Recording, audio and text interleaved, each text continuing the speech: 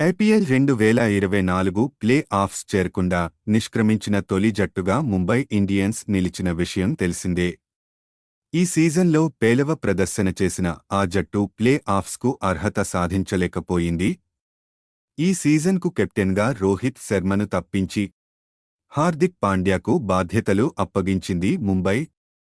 దీనిపై తీవ్రస్థాయిలో విమర్శలు వచ్చాయి.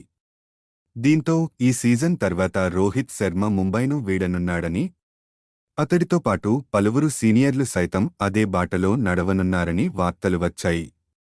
ఈ నేపథ్యంలో తాజాగా రోహిత్ శర్మ చేసిన వ్యాఖ్యలు నెట్టింట వైరల్గా మారాయి. ఐపీఎల్ 2024లో భాగంగా శనివారం Kolkata night riders, Mumbai Indians జట్లు తలపడనున్నాయి. ఈ మ్యాచ్లో గెలిచి టాప్ బెర్త్ను కన్ఫర్మ్ చేసుకోవాలని కేకేఆర్ భావిస్తోంది. ఈ నేపథ్యంలో ఇప్పటికే రెండు జట్లు కూడా ముమ్మరంగా సాధన చేస్తున్నాయి. అయితే మ్యాచ్ ప్రాక్టీస్ సందర్భంగా కేకేఆర్ సహాయ కోచ్, ఒకప్పటి మిత్రుడు అభిషేక్ నాయర్తో కలిసి రోహిత్ శర్మ ముచ్చటించాడు. ఈ సంభాషణకు చిత్రీకరించిన కేకేఆర్ తన సోషల్ మీడియా ఖాతాలో పోస్టు చేసింది. కానీ ఆ వీడియోలోని మాటలు సంచలనం కావడంతో వెంటనే ఆ పోస్టును తొలగించింది. అయితే అప్పటికే ఆ వీడియో ఇంటర్నెట్లో వైరల్గా మారింది.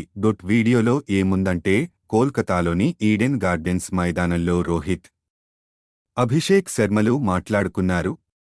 ఈ సందర్భంగా రోహిత్ శర్మ మాట్లాడుతూ, ఒక్కొక్కటిగా అన్నీ మారిపోతున్నాయి. అది వారిపై ఆధారపడి ఉంది. కానీ నేను వాటిని పట్టించుకోను. ఏది ఏమైనా అది నా ఇల్లు. ఆ దేవాలయాన్ని నేను నిర్మించాను భాయ్ అని రోహిత్ శర్మ అన్నట్లుగా వీడియోలో ఉంది. కానీ చివర్లో రోహిత్ శర్మ మాట్లాడిన మాటలు అస్పష్టంగా వినిపించాయి. నాదే ముందు భాయ్, ఇదే చివరిది అని సదరు వీడియోలో రోహిత్ శర్మ అన్నట్లు ప్రచారం జరుగుతోంది.